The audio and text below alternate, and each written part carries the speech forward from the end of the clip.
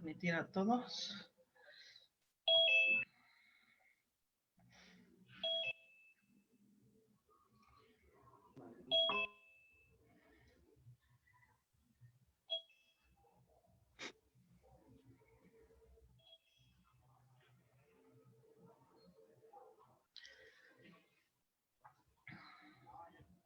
Sí, ya empezamos.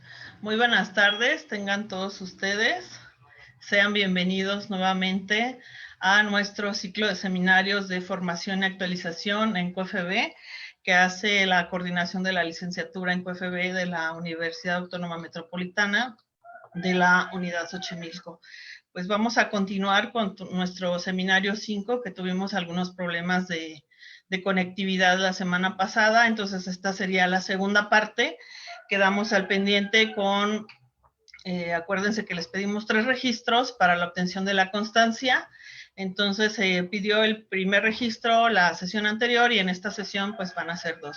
Les dejamos las ligas en la publicación de la página de la licenciatura.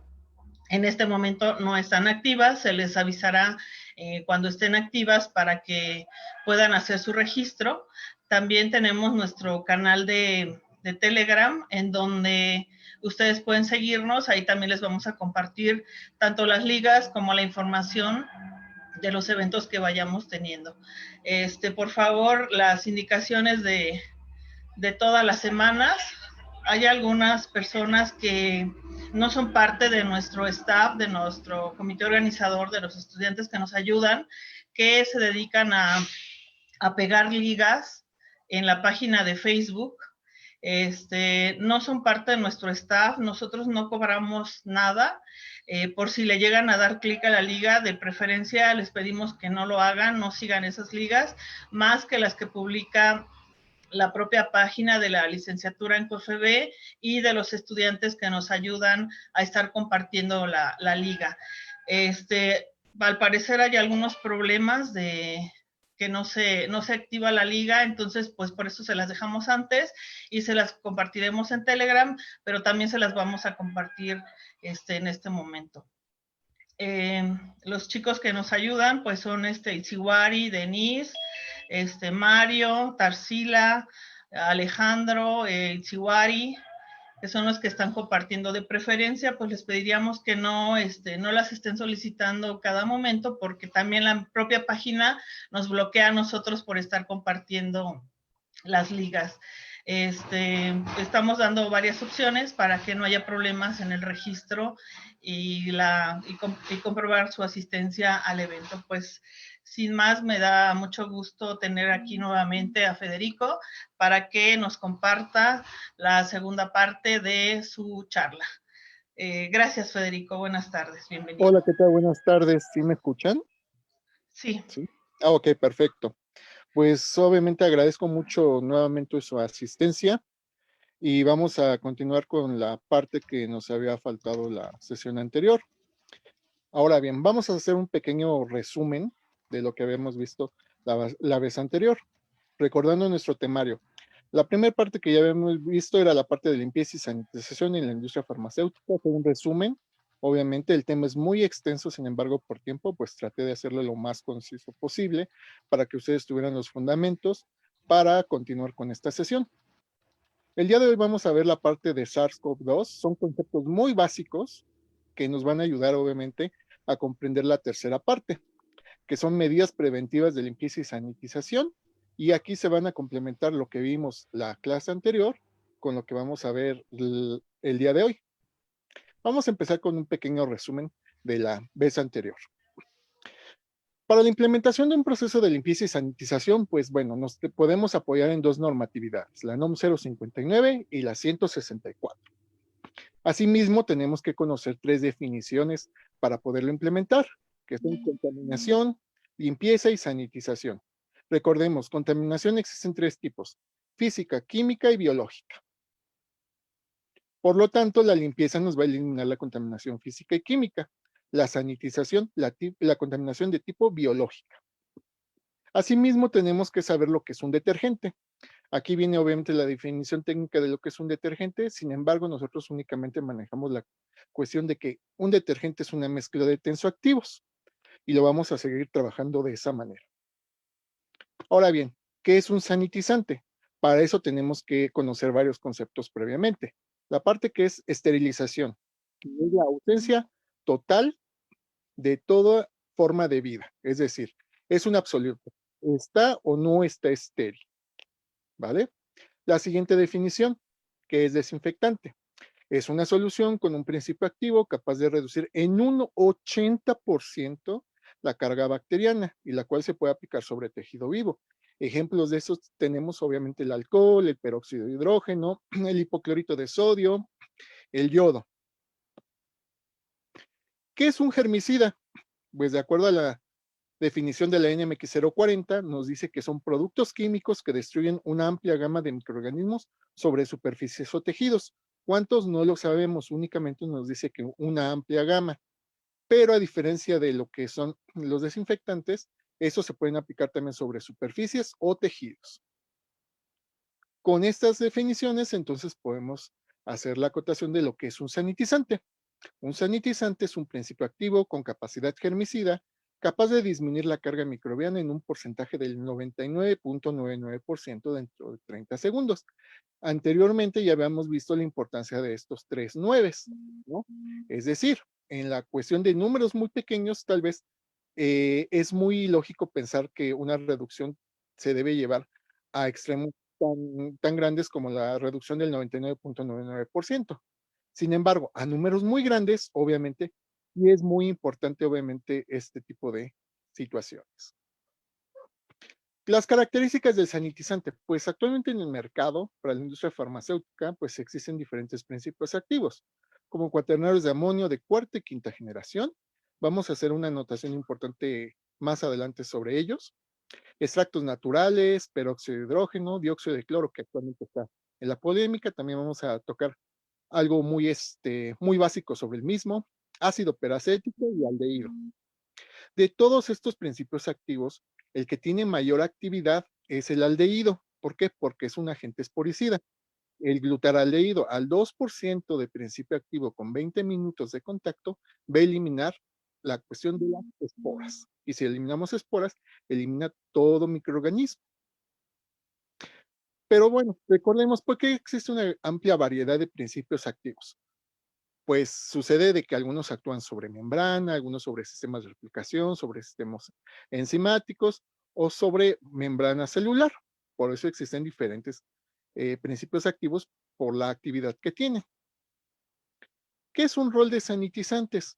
Pues es el intercambio de principios activos en un plan de sanitización y por lo general se utilizan tres, ¿no? Y siempre se manejan principios activos, no nombres comerciales, porque si revisamos las fichas técnicas a veces nos encontramos que diferentes productos con nombres comerciales distintos obviamente pueden tener los mismos principios activos y no se está llevando a cabo la cuestión de una rotación de principios activos. Por eso es muy importante que ustedes revisen las fichas técnicas y hojas de seguridad para determinar cuáles son los principios activos presentes en los productos que van a implementar en su rol de sanitización. El proceso de limpieza y sanitización lo podemos resumir de esta manera. Primero, hacemos una limpieza en seco para eliminar toda la mayor cantidad de contaminación física y química. Posteriormente hacemos la parte del lavado, donde agregamos el detergente y se hace la cuestión del tallado. Tercero, se hace un enjuague para la remoción del detergente. Es muy importante la cuestión de la remoción del detergente. ¿Por qué?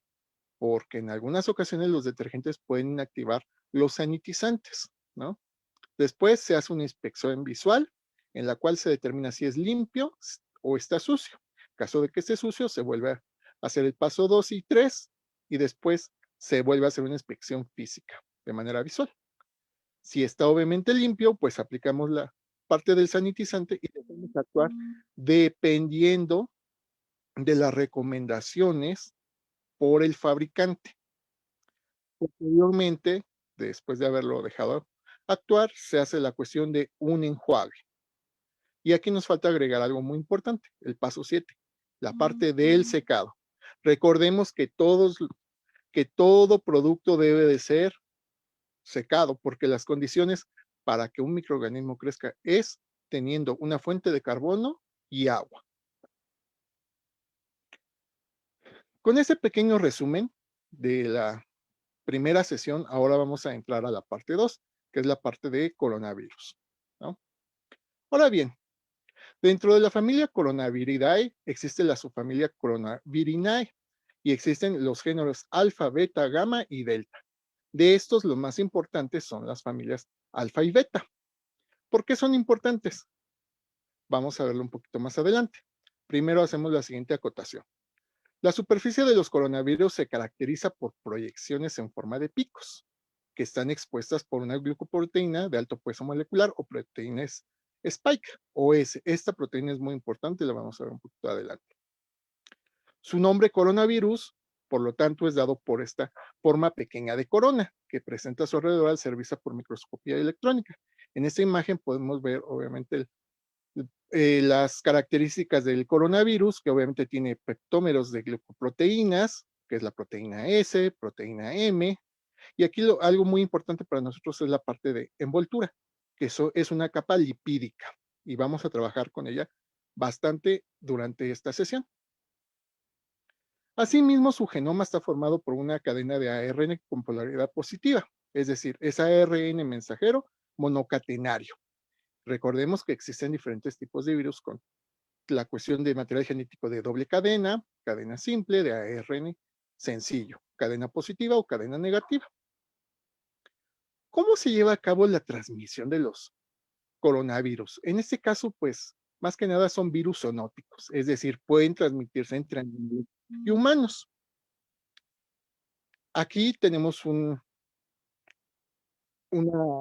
esquematización de los diferentes tipos de coronavirus, alfa, beta, delta y gamma, y están especificadas el tipo de coronavirus y a las especies a las cuales obviamente tienen predilección por infectar. Nos damos cuenta que los alfa y los beta coronavirus pueden ser, estar presentes tanto en humanos como en murciélagos, y esto es muy importante la cuestión de los murciélagos. Regresando, existen diferentes especies, pero que aún no han afectado a humanos. Han salido en las noticias que han encontrado coronavirus en perros y gatos. Esto es correcto, ¿no? Si nos damos cuenta en la parte de coronavirus, existen algunas especies que pueden infectar a perros y a gatos, pero sin embargo, no afectan a humanos.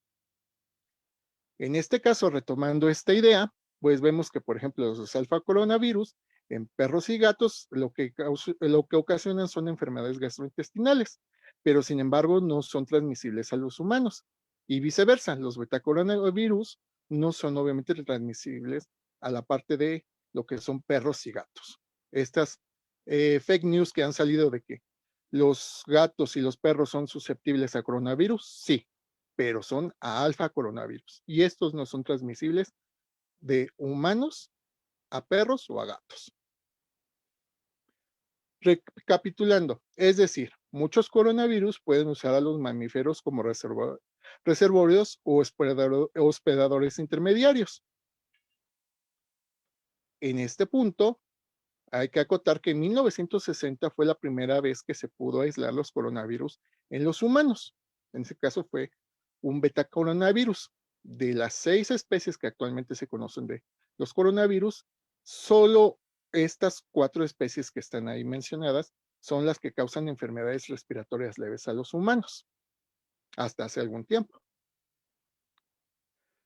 Actualmente los más conocidos por su patogenicidad pues son el MERS-CoV y el SARS-CoV. ¿Qué es el MERS-CoV? Pues es el coronavirus causante del síndrome respiratorio del Medio Oriente, ¿no? Y fue más que nada por la cuestión de los dromedarios, como lo vemos en la imagen en el centro. La parte del camello fue un hospedatario, el cual obviamente pasó a los humanos y de ahí se propagó la pandemia. El SARS-CoV, responsable del síndrome respiratorio agudo, este más que nada se dio por la cuestión de las civetas. Aquí pongo una imagen de una civeta comiendo café porque si ustedes conocen la cuestión de que uno de los cafés más caros que existen en el mercado son los que son consumidos por civetas, es decir, ellos consumen los granos de café en su tracto gastrointestinal, se lleva a la parte de digestión y lo desechan, obviamente todos los granos de café. Estos posteriormente se muelen, se tuestan y se vende como un café gourmet. Caso específico, los murciélagos. ¿Por qué es importante la cuestión de los murciélagos? En ellos se facilita la recombinación y en este caso la generación de nuevas cepas bacterianas, de diversidad genética de los virus, perdón, en esa parte. Son virus, no son bacterias. Aquí esquematizando nuevamente nuestra imagen, vemos que en los murciélagos existe una cuestión de recombinación entre ellos, una recombinación genética interespecie, y que posteriormente puede llevar a una cuestión de recombinación interespecie, no, perdón, una recombinación intraespecie que sería de los murciélagos, y una recombinación interespecie entre la parte de lo que son las civetas, la cuestión de los dromedarios, o en este caso del SARS-CoV-2, la parte del pangolín, que se considera que fue el causante o vector en el cual los humanos se pudieron contagiar en primera instancia por este nuevo virus. Análisis genético del nuevo virus, identificado en diciembre del 2019, nos dieron obviamente pauta para conocer que esta nueva cepa de virus tiene una estrecha relación con el SARS-CoV.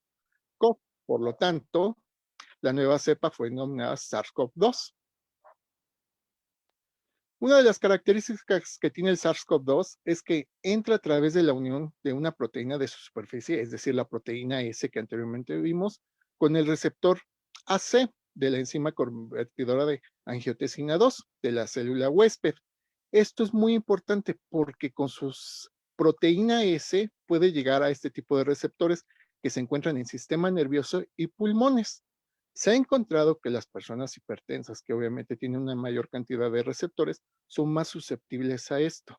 Sin embargo, actualmente se están haciendo estudios más profundos para determinar esta cuestión, porque algunas personas son más susceptibles que otras que tienen esta cantidad de receptores presentes. Sin embargo, las personas que son hipertensas son más susceptibles por tener una mayor cantidad de receptores a este tipo de virus.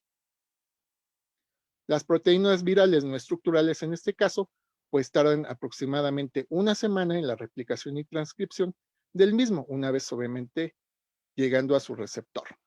Durante este periodo se genera la movilidad a las células de la vía aérea superior y que tiene como consecuencia que ya después de una semana ya una persona ya puede presentar los síntomas de la enfermedad y ya es una cuestión de una fuente de transmisión vírica. Ahora bien, ya vimos a grandes rasgos la parte de las generalidades de lo que es el SARS-CoV-2. No entré en cuestiones más profundas porque no es obviamente el principio de esta plática, pero sin embargo nos va a servir para conocer algunos puntos que vamos a trabajar ahora, que es la tercera parte, que es limpieza y sanitización. Las consideraciones. Se conocen 3 mecanismos de transmisión del virus SARS-CoV-2 causantes del COVID-19. ¿Cuáles son? La primera, gotas, aerosoles y por medio de contacto. ¿Cómo se producen las primeras? Las gotas se producen al hablar o toser. Cuando hablamos o tosemos, generamos pequeñas partículas aproximadamente de 5 micras, las de mayor tamaño, ¿no? Y también partículas de menos de 5 micras, que son las que van a estar obviamente suspendidas en el aire. La segunda, la parte de aerosoles. Estos aerosoles se generan cuando nosotros estornudamos.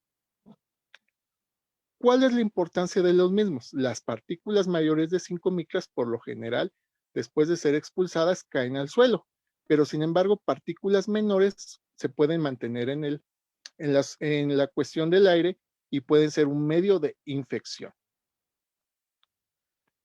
Vamos aquí a tomar una cuestión de una noticia respecto a un artículo publicado en la revista Nature, en la cual nos dice que se ha hecho un estudio dinámico en el cual obviamente se encontró que hay fracciones del COVID-19 flotando en el aire durante horas en los baños, en el interior de las salas y en la cuestión de habitaciones, ¿no? más que nada en la parte hospitalaria.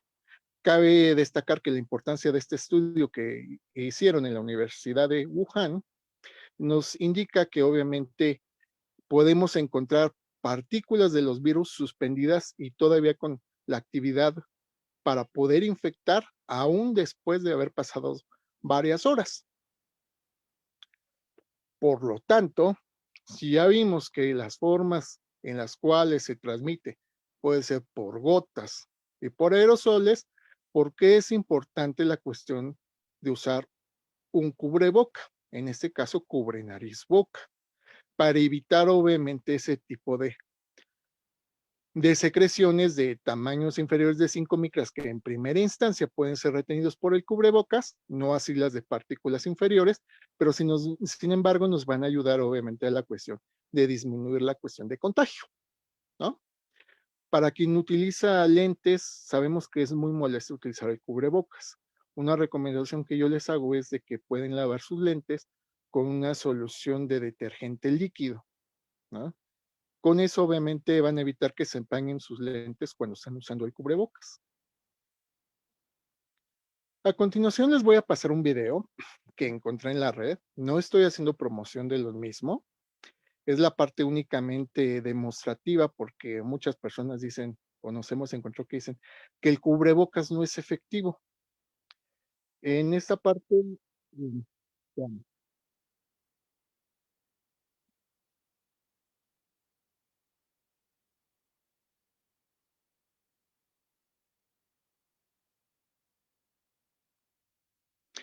En el anterior video, pues es una cuestión ilustrativa, como se había comentado, no estoy promocionando a la empresa ni nada, es algo que encontré en la red.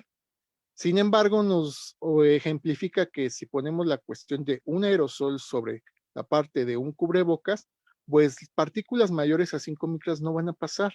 Sí se van a pasar obviamente lo que son partículas inferiores al mismo, pero sin embargo, cuando nosotros tosemos, estornudamos, generamos obviamente partículas mayores que van a estar obviamente, eh, se puede decir, atrapadas con la parte del cubrebocas, ¿no? Por lo tanto, es muy importante el uso de cubrebocas.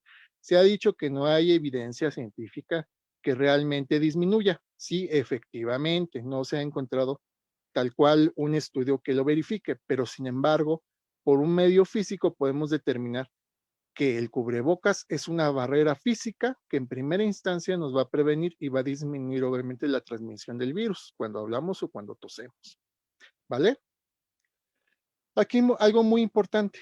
Cuando tosemos o estornudamos, es recomendable siempre la cuestión del estornudo de etiqueta, es decirlo en el antebrazo. Yo recomendaría que a veces se pudiera hacer dentro de la cuestión de lo que es el saco, dentro de lo que es el suéter, para evitar obviamente que también quede las cuestiones de las secreciones nasales sobre la parte expuesta al medio ambiente, ¿no? Y recomendación nuevamente, utilizar el cubrebocas que es cubre nariz, boca. Aquí en esa parte, retomando la cuestión del estudio de la revista Nature, evaluamos de que las gotas cargadas con el virus del resfriado y la gripe pueden permanecer infecciosas durante varias horas, dependiendo en dónde caigan. Los virus generalmente permanecen activos más tiempo en acero inoxidable, plástico y superficies duras similares que en la tela y otras superficies blandas. Otros factores como la cantidad de virus depositados en una superficie y la temperatura, así como la humedad del ambiente, también determinan el tiempo que los virus del resfriado y la gripe permanecen activos fuera del cuerpo. Eso es muy importante y ahorita lo vamos a estar trabajando. La parte de humedad del ambiente y cuánto duran, obviamente, los virus en las superficies. Por lo tanto, de acuerdo al anterior, nos dicen que si estas gotas pueden permanecer en objetos, superficies, las cuales se han estimado pueden ser viables durante horas. Pero ¿cómo se demostró esto?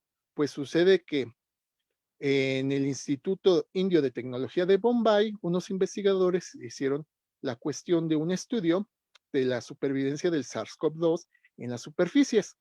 ¿Cómo lo hicieron? Pues con la evaluación de los cambios en el tiempo de secado de los biofilms de SARS-CoV-2 en función del ángulo de contacto y el tipo de superficie. Ellos concluyeron que los biofilms de nanómetros se adhieren a las superficies debido a las fuerzas de London van der Waals. Y algo muy importante, el tiempo de secado es del orden de horas, es decir, estos biofilms se evaporan lentamente, proporcionando el medio necesario de supervivencia del coronavirus. En este tipo de estudio, y de acuerdo también a lo publicado en la revista Nature, la temperatura es un factor muy importante. Obviamente, en climas más húmedos, el tiempo en el cual se va a secar este biofilm va a tardar más. En climas más secos, estos biofilms se van a secar más rápidamente. Por lo tanto, la importancia del estudio nos dice que un tiempo de supervivencia más largo del virus en superficies corresponde a mayores posibilidades de infectarse.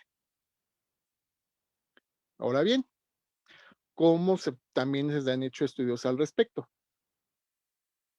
En el aire, pues las partículas víricas pueden llegar hasta 3 horas. En teclados, pues hasta 3 días con esa parte de los biofilms. Manijas 3 días, en los teléfonos también 3 días, en los plásticos 3 días. Es decir, las condiciones para que obviamente se tenga la parte de generación de biofilms es la humedad. La humedad va a ser un factor muy importante para que estos biofilms tengan un mayor tiempo de supervivencia, ¿no?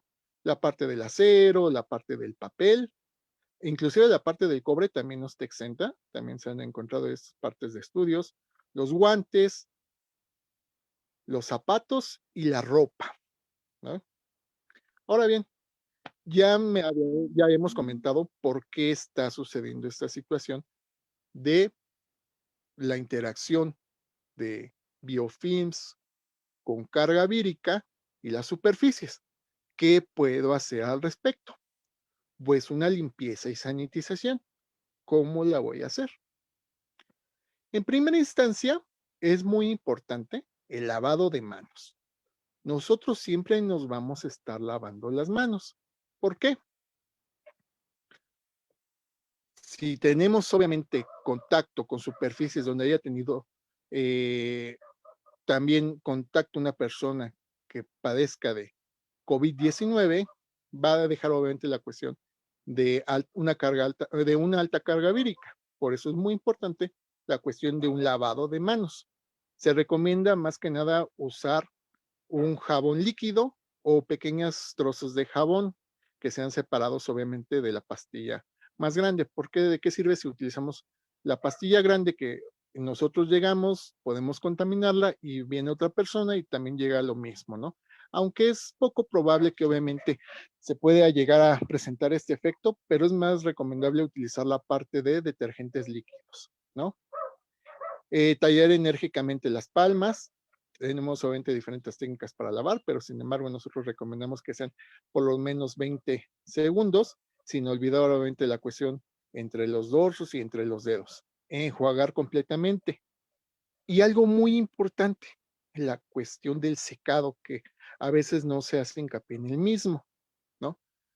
Si recordamos, la temperatura y la humedad juegan papeles muy importantes para que estos biofilms tengan un mayor tiempo de permanencia sobre los objetos. Entonces, si nosotros tenemos las manos húmedas y tocamos un biofilm, le estamos dando una mayor cantidad de humedad, con lo cual va a aumentar el tiempo de permanencia de los virus. Por lo tanto, es muy importante el secado. Tanto en nuestra primera sesión ya lo habíamos dicho que la parte de secado es fundamental porque los dos requerimientos para que un microorganismo pueda tener viabilidad es nutrientes y agua.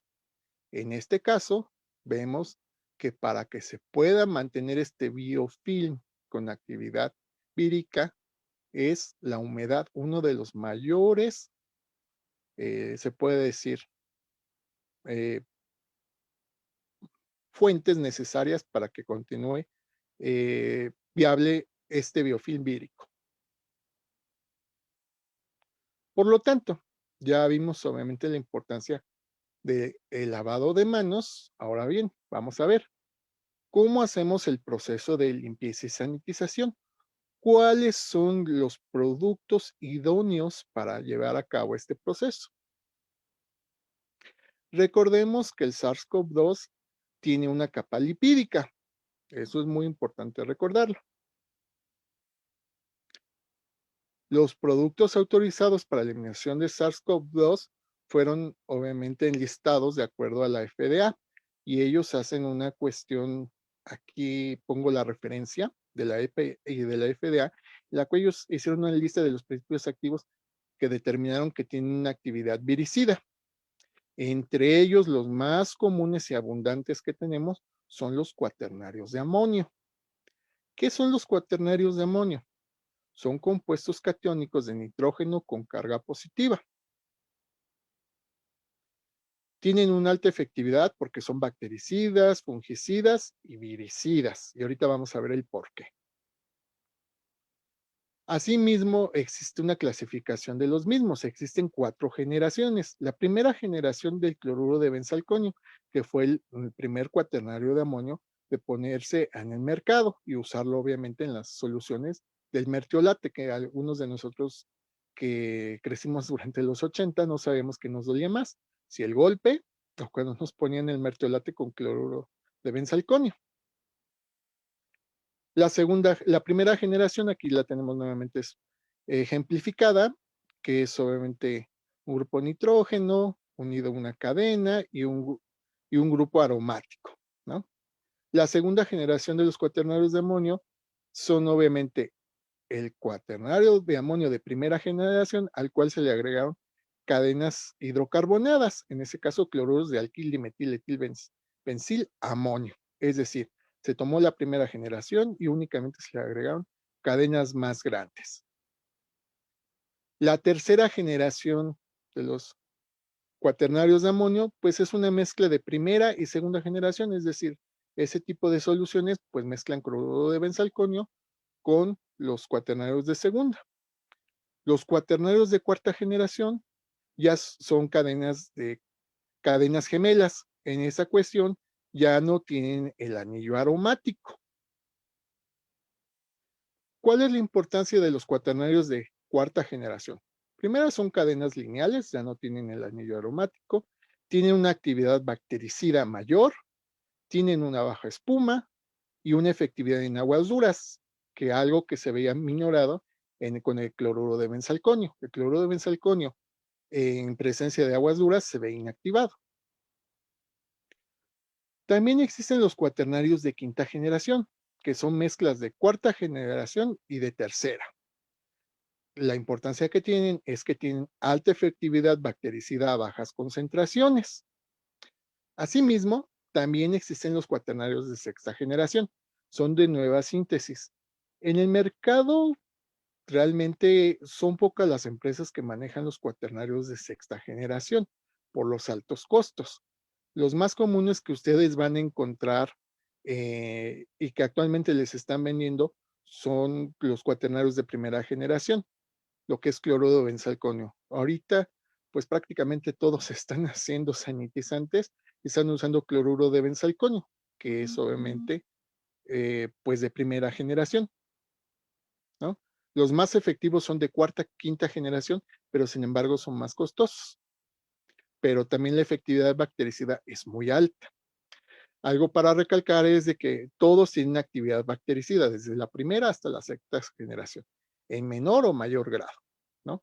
Y todos tienen actividad como tensoactivo. ¿Cómo actúan los cuaternarios de amonio sobre los microorganismos?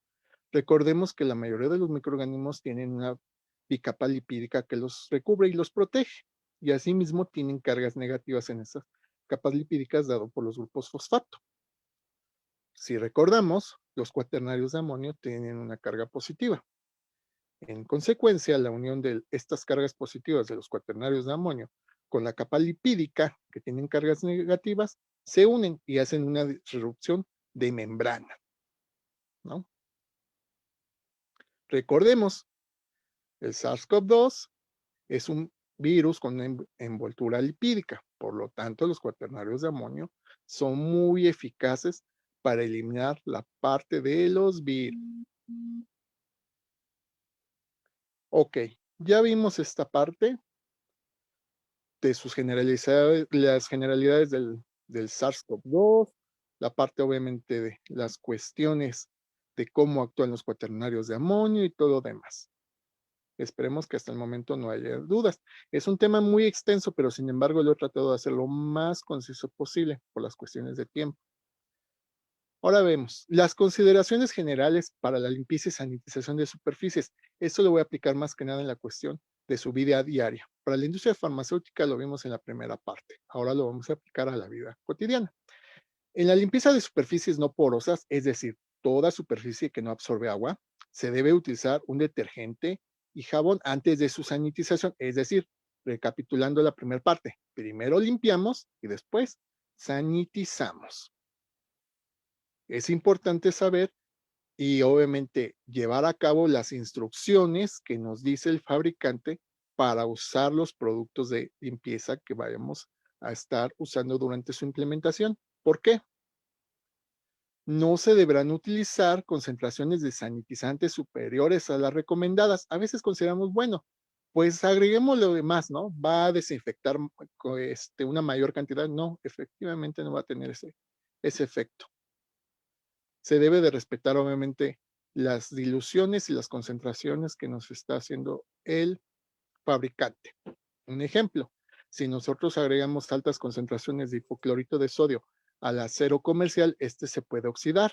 Y algo muy importante, el hipoclorito de sodio a altas concentraciones es tóxico y puede llegar a generar quemaduras. Algo muy importante, no se deben mezclar productos químicos a menos que sean permitidos en instrucciones de uso para cada uno de ellos. Si recordamos la primera parte, vemos de que primero limpiamos, obviamente con un detergente, enjuagamos, sanitizamos, enjuagamos y secamos. ¿Qué es lo que a veces llega a suceder en las casas? Las amas de casa por lo general utilizan la cuestión de mezclas denominadas bombas de limpieza, es decir, en su cubeta agregan el detergente, hipoclorito de sodio y la cuestión de algún otro limpiador, ¿no? Y entonces lo mezclan y lo aplican. Ellas consideran que se está llevando a cabo un buen proceso de limpieza y sanitización. ¿Por qué? Porque huele a cloro. Sin embargo, lo que está sucediendo en esa mezcla es de que el detergente está inactivando al hipoclorito de sodio y se está liberando cloro libre. Ese cloro libre es tóxico y entonces no estamos ni limpiando ni sanitizando porque se está inactivando esa mezcla. Por eso es muy importante que primero limpiemos, enjuaguemos y después apliquemos el sanitizante. ¿Vale?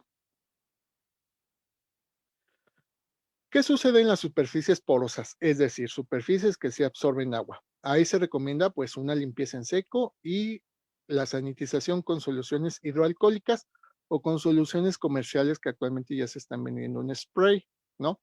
No debemos de agregar agua, porque recordemos, los biofilms con alta carga vírica tienen un mayor tiempo de latencia en superficies húmedas. Por lo tanto, pues debemos evitar esto.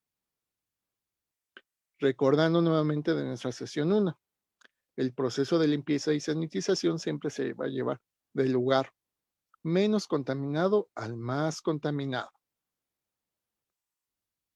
Los artículos electrónicos, nuestros celulares, computadoras, que a veces tenemos, por ejemplo, que compartir en lugares de trabajo o a veces entre familia, nosotros recomendamos que obviamente se utilicen toallitas húmedas para su limpieza o soluciones hidroalcohólicas que en algunos casos nos pueden ayudar para esa situación. Vamos a ver la parte del dióxido de cloro a muy grandes rasgos. Pues está muy de moda, se ha hecho una gran controversia el mismo. Lo único que vamos a decir en esa parte es que el dióxido de cloro como tal es un sanitizante. Realmente sí tiene un amplio espectro bactericida sobre superficies. No se debe de consumir porque es altamente tóxico. Diluciones al 2% de dióxido de cloro realmente generan vapores que pueden dañar obviamente las mucosas. He trabajado con dióxido de cloro al respecto y una dilución al 2% ya genera cierto malestar al momento de estarlo olfateando. Por tal, no se debe de consumir. Es tóxico este producto.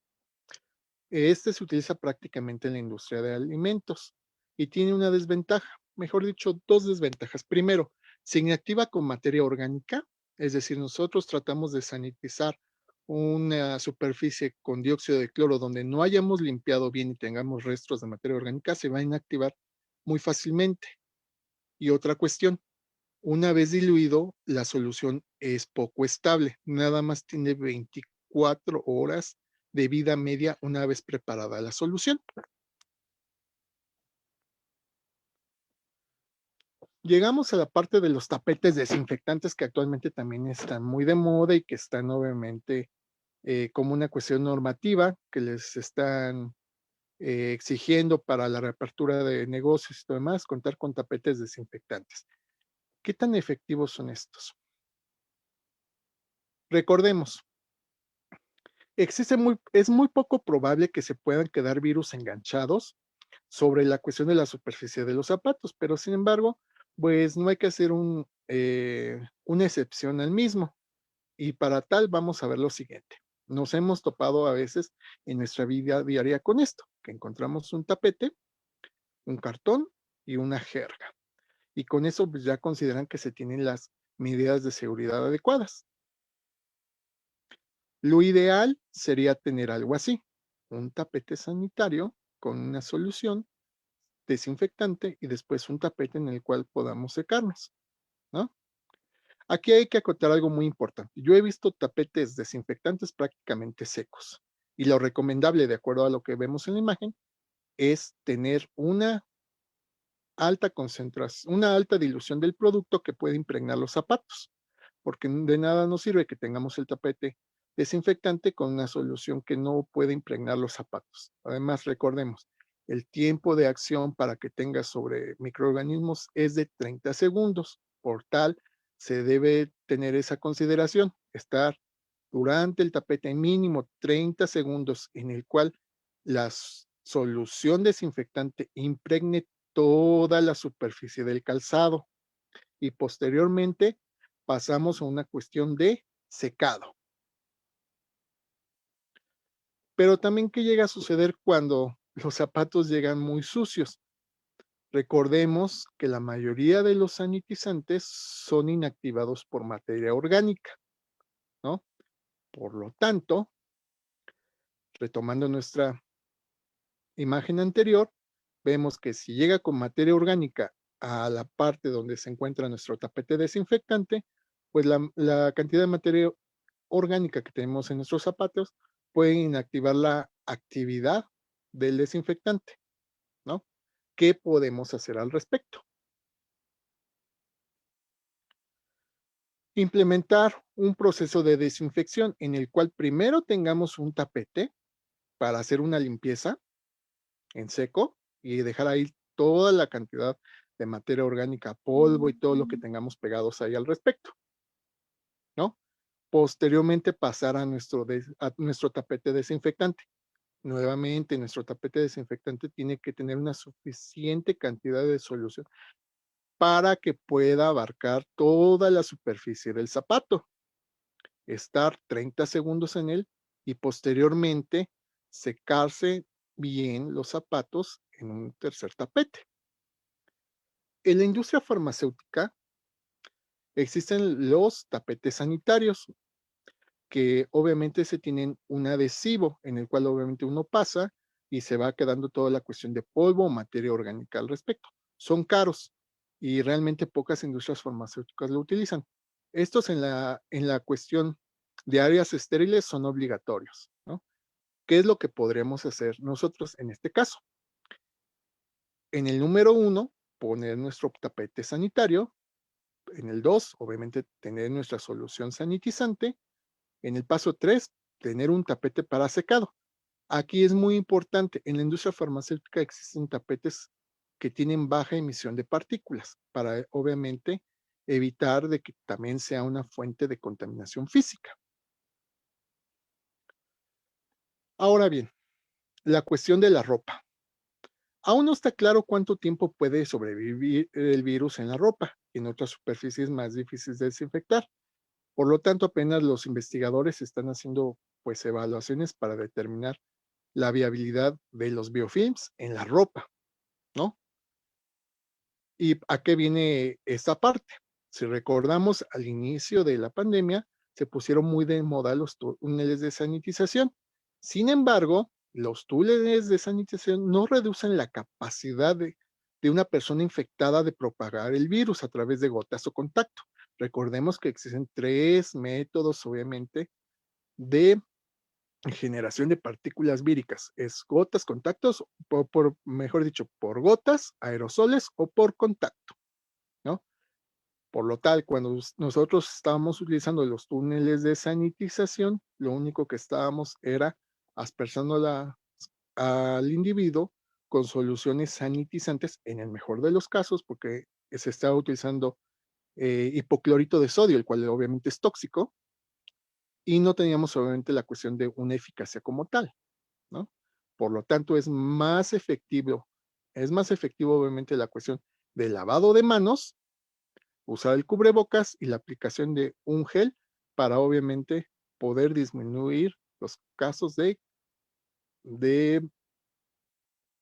tener mayores cantidades de partículas víricas con actividad infectante. También se pusieron muy de moda la cuestión de rociar o fumigación en espacios abiertos, ¿no? Pero sin embargo, recordemos que la mayoría de los sanitizantes son inactivados por materia orgánica. Si no limpiamos y después sanitizamos, en consecuencia, no sirve este tipo de proceso de fumigación, porque puede llegar el sanitizante, puede llegar sobre materia orgánica y va a ser inactivado. Por lo tanto, recordando y recapitulando, ¿qué es lo que podemos hacer? Es muy importante el lavado de manos y lo más fundamental, el secado. ¿Por qué? Porque las condiciones para que se tenga la viabilidad de partículas víricas en un biofilm son temperatura y humedad. Con esto, pues concluimos a grandes rasgos esta plática. No sé si tengan alguna duda, algún comentario. Sí, bueno. Sí hay preguntas, Fede. Sí. A ver, dice, los de cuarta generación, ¿cómo se desintegran para poderlos desechar? Esos se pueden obviamente desechar sin ningún problema a la cuestión del drenaje, porque son biodegradables, a diferencia de los de primera y segunda generación. No hay ningún problema por esa parte, son biodegradables. Ok, gracias. Sí. La siguiente pregunta dice, ¿algún manual que nos puedan compartir acerca de antisépticos y desinfectantes donde vengan las diluciones de cada uno y sus tiempos de contacto? Esa parte va más que nada en función de las especificaciones del proveedor. No te podría decir, por ejemplo, usa un cuaternario de amonio al 3% o al 4%, porque va en función más que nada de la formulación de las personas que proporcionan los sanitizantes, ¿no? Realmente se puede decir a 2000 partes por millón los cuaternarios de amonio tienen efectividad, pero sin embargo, cuando nosotros compramos un producto a veces no especifica cuántas partes por millón. Muchos proveedores que es para la industria farmacéutica ya se especifica. Este producto, una dilución al 2% ya tiene esta efectividad. Realmente como tal, pues podría consultar la guía de la FDA y de la EPA para poder obviamente tener las nociones de a qué diluciones de principio activo debe obviamente mm, diluir, valga la redundancia, para tener el efecto bactericida. Ok, gracias. Sí. Dice, ¿por qué usar el término sanitizante cuando lo correcto es desinfectante? Esa es una muy buena pregunta, porque el sanitizante es de acuerdo a la normatividad de FDA y EPA y está considerado de acuerdo a los cambios de la NOM 059 el uso del término sanitizante. Inclusive la palabra sanitizante como tal no existe en el diccionario de la Real Academia de la Lengua. ¿no? Se utiliza desinfectante únicamente. Y ya vimos que la definición de desinfectante nada más utiliza la cuestión de una disminución del 80%. Un sanitizante llega a una eliminación del 99.99% en 30 segundos. Gracias. Sí. A ver, permíteme. A ver, la siguiente. Es que aquí ya se me amontona. Claro, no hay problema. Dice,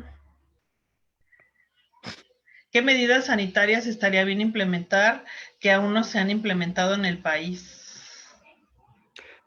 Bueno, es una pregunta de los 60,000 y realmente me metería en muchos problemas. Hay medidas sanitarias adecuadas y también que han faltado para implementar. Algo muy importante que yo quiero que quede recalcado sobre esta plática, que la mayor forma de prevención son de 2 tipos. El uso de cubrebocas, como ya lo vimos, que bueno, algunos dicen, es que no hay evidencia científica. Sin embargo, vimos un pequeño video en el cual vimos que las partículas mayores a 5 micras al menos no pasan la cuestión de un cubrebocas, ¿no? Las partículas menores sí la van a pasar, pero sin embargo van a ser en menor cantidad. Por eso es muy importante el uso de cubrebocas. La segunda, el lavado de manos. Como ya vimos, la recubierta de los virus, y en este caso del SARS-CoV-2, es una capa lipídica. ¿Y con qué la podemos eliminar? Con la cuestión de un detergente, ¿no? Por eso es muy importante el lavado de manos. Y también algo que espero que hayan captado, que era más que nada el mensaje de esto, el secado es muy importante.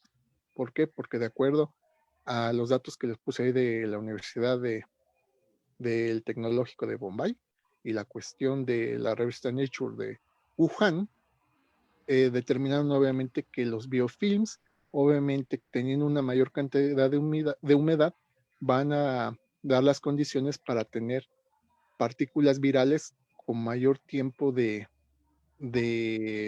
puede decir, de efectividad vírica, y que eso nos puede obviamente dañar. Por eso es muy importante la cuestión del lavado de manos y el secado, ¿sí? Agregar otras medidas al respecto, sí hay varias que se podrían agregar, pero sin embargo ahorita sería eh, poner, como quien dice, en juicio lo que dicen las autoridades sanitarias con lo que uno puede decir, porque realmente las cuestiones que uno tiene en experiencia a veces difieren mucho con lo que a veces se tiene en la cuestión teórica. Por tal, yo considero que al menos ustedes se deben de quedar ahorita con esas ideas. El uso de cubrebocas, el lavado de manos y el correcto secado, que es lo más importante. Sí. Sí, gracias. Sí. ¿En qué concentraciones se utilizan las sales cuaternarias para la sanitización de superficies y en seres humanos? Las sales cuaternarias de amonio, prácticamente las de cuarta y quinta generación, tienen actividad desde lo que son 100 partes por millón, ¿no? Es la concentración mínima, pero para una actividad bactericida, pues puede aumentar de 2000 o hasta mayor cantidad de partes por millón, va en función también del microorganismo. Por eso es muy importante cuando ustedes adquieran un producto que tiene una sal cuaternaria de amonio, pues leer la ficha técnica y hoja de seguridad, porque ahí viene ya establecido a qué dilución se debe de utilizar. Si ustedes las desean preparar, pues realmente consideren la literatura que la concentración mínima que tiene efectividad son 200 partes por millón. Y también en los productos que ya venden, ¿no? Los comerciales hay que checar la concentración porque no es la misma entre un producto y otro. Exactamente, sí, efectivamente, no es la misma concentración, ¿eh? Cada uno maneja diferentes concentraciones y si ya viene ahí establecido diluir en tantas partes, se debe de llevar a cabo eso. De esa manera, claro, sí. Sí. Otra pregunta dice, ¿cuál es el porcentaje mínimo de una solución de cloruro de benzalconio para sanitizar? Ya lo habíamos comentado, 200 partes por millón. Sí, gracias. Dice, los amonio cuaternarios de primera generación poseen efectos a la salud a tiempo posterior. Sí, efectivamente, por eso ya nadie los usa, actualmente los cuaternarios de primera generación. Primero porque realmente todos los microorganismos ya son resistentes al cloruro de benzalconio y sí son tóxicos, tienen una mayor toxicidad. Los de cuarta y quinta generación tienen una toxicidad menor. Ujú. Gracias. Sí. Dice, para lo del rol de los sanitizantes, ¿qué método debemos llevar a cabo para conocer su efectividad? ¿Qué método debemos de conocer? En esa cuestión, pues primero se tiene que hacer la evaluación de los sanitizantes de acuerdo a la NMX 040, es decir, primero deben de cumplir con esa normatividad y para su implementación sí existe una pequeña guía que si gusta después mandarme un correo, yo le puedo dar más que nada la cuestión de la asesoría al respecto, cómo se implementa el rol. Sí, es un poquito, se puede decir amplio el tema, cómo implementarlo. Ujú. Ok, gracias. Sí. Dice, ¿cómo realizar la desinfección de los documentos en cuanto a la papelería recepcionada, bueno, de recepción, aparte del amonio cuaternario?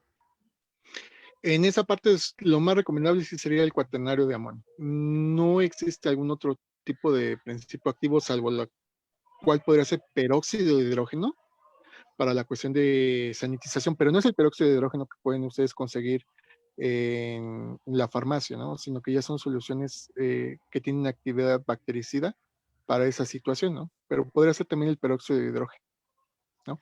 Y Sí, puede ser gracias. por termonebulización o nebulizaciones, pero debe ser muy fina para que obviamente no tenga la Claro. cuestión de daño en los documentos. Ujú. Ujú. Dice, ¿cómo hago la dilución de alcohol etílico al 96% para obtener una solución al 70%? Ya que es lo Ah, más efectivo. Si la COFEPRIS te solicita evaluar los sanitizantes con la flora nativa, ¿se puede utilizar la NOM NMX 40? sí, respondiendo a la última parte, sí. Para la evaluación de los sanitizantes siempre es con la NMX 040. Lo habíamos considerado en la primera plática, que el sanitizante debe de cumplir la eliminación del 99.99% en 30 segundos, de acuerdo a la NMX 040. Con esa evaluación se presenta ante COFEPRIS, ¿no? La siguiente, pues la primera pregunta, pues prácticamente ya existen en el mercado soluciones que ya vienen diluidas al 70% para evitar obviamente la cuestión de estarla haciendo de manera casera, ¿no? Ya ustedes ya las pueden adquirir de esa manera, ¿eh? Sí, gracias. Dice, ¿cuál es la recomendación para evitar propagar el virus a través de la ropa? En esa cuestión, pues el lavado de la ropa, es decir, después de que uno ande en la calle, como ya lo habíamos comentado, los virus tienen una capa lipídica, entonces uno se quita la ropa y lavarla con un detergente. Yo Lavarla. recomiendo los detergentes obviamente líquidos, ¿no? No quiero hacer comercial de cuál es uno de los mejores detergentes, pero es uno que tiene pues un arbolito, ¿no? Sí, Como el exactamente, de la foto que tienes ahí. exactamente. Sí, tiene un arbolito. Ese tiene la doble característica de ser un detergente y un desinfectante, ¿no? Y Ok. ya existen de aromas, ¿eh? Por si no les gusta el aroma clásico, ya existen de muchos aromas. Bueno, gracias. Dice, el Lysol tiene en sus especificaciones de producto 2% de cloro de benzalconio. ¿Puede utilizarlo para aplicar en personas y qué dilución se puede utilizar? No, el Lysol que ya viene en aerosol ya viene con esa concentración para poderlo aplicar sobre personas, no hay ningún problema, ¿eh? Otra situación, el cloruro de benzalconio es muy amigable y se puede utilizar sobre la cuestión de superficies como lo que son salas, cocinas o hasta la mascota también la pueden rociar, ¿eh? Con esa parte, a una dilución de unas 200 partes por millón. Ok, gracias. Dice, ¿qué sanitizante o qué solución es recomendable usar para los tapetes sanitizantes? Sí, Los qué buena amonios pregunta. cuaternarios, ¿qué tan eficientes son para desinfectar? Son muy eficientes los cuaternarios de cuarta y quinta generación, como les había comentado. Actualmente a la venta, pues todos se pusieron a fabricar sanitizantes y todo es cloruro de benzalconio, ¿no? Realmente uno de cuarta y quinta generación sí es caro y no es tan común encontrarlo de venta libre, ¿no? Son más que nada de especialidades, ¿no? Son muy efectivos, pero sin embargo, recordando la cuestión de que pues todos los cuaternarios tienen actividad bactericida y la cuestión también de un efecto como tensoactivo, pues van a tener menor o mayor grado esa cuestión de efectividad, ¿no? ¿Qué es lo que recomiendo para los tapetes? Que es lo que se me había olvidado. Tampoco no quiero hacer el comercial, es también de los líquidos. Yo recomiendo que son los que son rápidos y maravillosos, que hay de muchos aromas, que ustedes pueden encontrar en el supermercado, ¿no? Hacer una dilución también en el 2%, pues tiene una gran efectividad. Ese inclusive su principio activo es glutaraldehído al 0.02%. Por lo tanto, tiene una alta actividad bactericida. Uh-huh. Gracias. Dice, ¿es probable usar las hojas de almendro chino como sanitizante que contienen las hojas rojas y sus taninos como bactericida? No, que contiene. Ahí sí desconozco cuáles sean estas. Sí, yo tampoco no he escuchado Lo nada. desconozco. Bueno, sería cuestión de buscar en la De bibliografía, revisarlo, ¿no? sí, exactamente. El uso de careta, ¿qué efectividad tiene? Es una barrera física y es muy buena. Se recomienda entonces en este caso, de acuerdo a lo que nosotros vimos con nuestro pequeño video, pues de que obviamente pasan partículas más pequeñas, ¿no? Entonces, si utilizamos una careta, pues nos va a dar mayor protección. Si nosotros estamos enfermos, obviamente van a quedar ahí atrapadas las partículas menores a 5 micras que salgan del cubrebocas. Si nosotros vamos a un lugar donde esté aglomerado, pues obviamente vamos a evitar que partículas pequeñas que no son filtradas por el cubrebocas de otras personas, pues nos lleguen. El uso de caretas y cubrebocas en conjunto es la mejor solución para esta parte de como medida preventiva. Y quedarse en su casa, ¿no? Sería lo ideal. Sí, también. Sí, es lo ideal, pero si no se puede, sí recomiendo la cuestión del uso de cubrebocas y careta, ¿eh? Y la distancia, ¿no? La sana Y la sana distancia. distancia, sí. Ya vimos Sí. que obviamente las partículas pueden llegar hasta 4 metros. Sí, y depende, ¿no? Aquí hay una pregunta relacionada también. Dice, ¿aumenta el riesgo el uso del aire acondicionado? Sí, porque realmente si una persona está tosiendo o está enferma y libera esas partículas, el aire acondicionado lo que va a hacer es de que le va a dar mayor movilidad a esas partículas, dado que Así no van es. a caer, ¿no? Es decir, las de 5 micras en teoría deben de caer no más allá de los 30 segundos, pero si tenemos el aire acondicionado, partículas menores entonces van a estar en continuo flujo y sí es una cuestión de mayor fuente de Y contagios. le va a dar más dispersión, ¿no? Sí, exactamente. Oye, aquí. Para el caso de hongos y levaduras, ¿el tiempo de contacto en la prueba de actividad antimicrobiana es igual de 30 segundos? Sí, pero eso se evalúa no con la NMX 040, se evalúa de acuerdo a los MGA de la farmacopea. Uh-huh. Ok. Entonces, ¿el hipoclorito de sodio sirve para desinfectar? Sí, el hipoclorito de sodio es un desinfectante. Uh-huh. ¿Qué tan efectivo resulta sanitizar superficies solo con alcohol? El alcohol no es un sanitizante, como ya lo habíamos comentado en la primera sesión, únicamente es un desinfectante. Sí va a eliminar la cuestión de los virus, en mayor o menor medida disrumpe la bicapa lipídica, ¿no? Pero no siempre va a tener esa efectividad, por eso es más importante el lavado de manos, ¿no? Ok. O los cuaternarios de amonio. ¿Cuáles serían los sanitizantes de cuarta y quinta generación? Los sanitizantes de cuarta y quinta generación no existen como tal, son los cuaternarios de cuarta y quinta generación, ¿no? Que ya son el de cuarta generación son cadenas lineales, que ya no tienen el anillo aromático, y los de quinta generación, pues como ya hemos comentado, es una mezcla de los de tercera con los de cuarta generación. Uh-huh. Ok, Sí, como gracias. sanitizantes de última generación, de cuarta y quinta no, son los cuaternarios. Sí, gracias. Dice, otro método que se utiliza en el mercado es con agua ozonificada. ¿Sirve para sanitizar?